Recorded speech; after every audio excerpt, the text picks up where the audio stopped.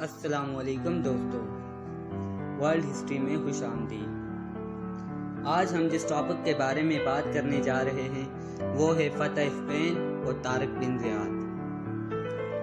Europe میں اسلامی سلطنت کا آغاز اس عظیم سپہ سالار کے ہاتھوں ہی ہوا، اور بہت کم لوگوں کو معلوم ہوگا کہ اس فتح کے ساتھ ہی یورپ ترقی کی راہ پر گامزن ہوا۔ مسلمانوں کی آمد سے پہلے یورپ سیاسی، معاشی اور غلامی کی چکی میں پس رہا تھا۔ اس فتح نے یورپ کو سیاسی، معاشی اور ثقافتی پسماندگی سے نکال کر ایک نئی بصیرت عطا کی اور اس پر ناقابل فراموش اثرات مرتب کیے۔ جی ہاں دوستو، طارق بن زیاد بربر نسل سے تعلق رکھنے والے مسلم سپہ سالار اور بنو امیہ کے جرنیل تھے، جنہوں نے 711 عیسوی میں ہسپانیہ یعنی اسپین میں عیسائی حکومت کا خاتمہ کر کے یورپ میں مسلم اقتدار کا آغاز کیا۔ انہیں اسپین کی تاریخ کے اہم ترین عسکری رہنماؤں میں سے ایک سمجھا جاتا ہے۔ شروع میں وہ اموی صوبے کے گورنر موسیٰ بن نصیر کے نائب تھے، جنہوں نے ہسپانیہ میں ویزیگوت بادشاہ کے مظالم سے تنگ عوام کے مطالبے پر طارق کو ہسپانیہ پر چڑھائی کا حکم دیا۔ طارق بن زیاد نے مختصر فوج کے ساتھ یورپ کے عظیم علاقے اسپین کو فتح کیا اور یہاں دین اسلام کا علم بلند کیا۔ اسپین کی فتح اور یہاں پر اسلامی حکومت کا قیام ایک ایسا تاریخی واقعہ ہے جس نے یورپ کو سیاسی، معاشی اور ثقافتی پسماندگی سے نکال کر ایک نئی بصیرت عطا کی اور اس پر ناقابل فراموش اثرات مرتب کیے۔ طارق بن زیاد کی تعلیم و تربیت موسیٰ بن نصیر کے زیر نگرانی ہوئی تھی، جو ایک ماہر جنگجو اور عظیم سپہ سالار تھے۔ اسی لیے طارق بن زیاد نے فن سپاہگری میں جلد ہی شہرت حاصل کر لی۔ ہر طرف ان کی بہادری اور عسکری چالوں کے چرچے ہونے لگے۔ طارق بن زیاد بن عبداللہ نہ صرف دنیا کے بہترین سپہ سالاروں میں سے ایک تھے، بلکہ وہ ایک متقی، فرض شناس اور بلند ہمت انسان بھی تھے۔ ان کے حسن اخلاق کی وجہ سے عوام اور سپاہی انہیں احترام کی نظر سے دیکھتے تھے۔ افریقہ کی اسلامی سلطنت کو اندلس کی بحری قوت سے خطرہ لاحق تھا، جبکہ اندلس کے عوام کا مطالبہ بھی تھا۔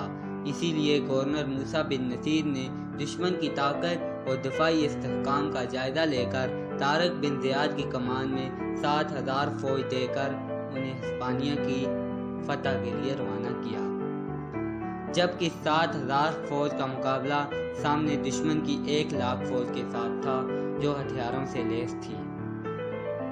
30 اپریل 711 عیسوی کو اسلامی لشکر ہسپانیہ کے ساحل پر اترا اور ایک پہاڑ کے نزدیک اپنے قدم جما لیے، جو بعد میں طارق بن زیاد کے نام سے جبل الطارق کہلایا۔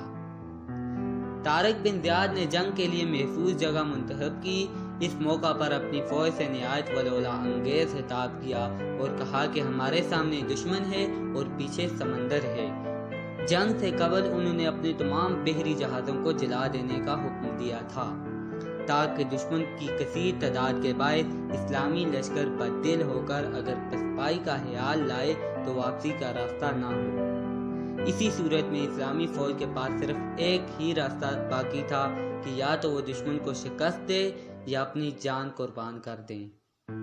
یہ ایک ایسی زبردست جنگی چال تھی کہ جس نے اپنی اہمیت کی داد آنے والے عظیم سپہ سالاروں سے بھی پائی۔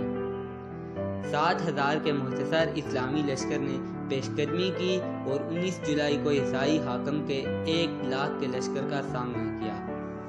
لڑائی کا باقاعدہ آغاز ہوا۔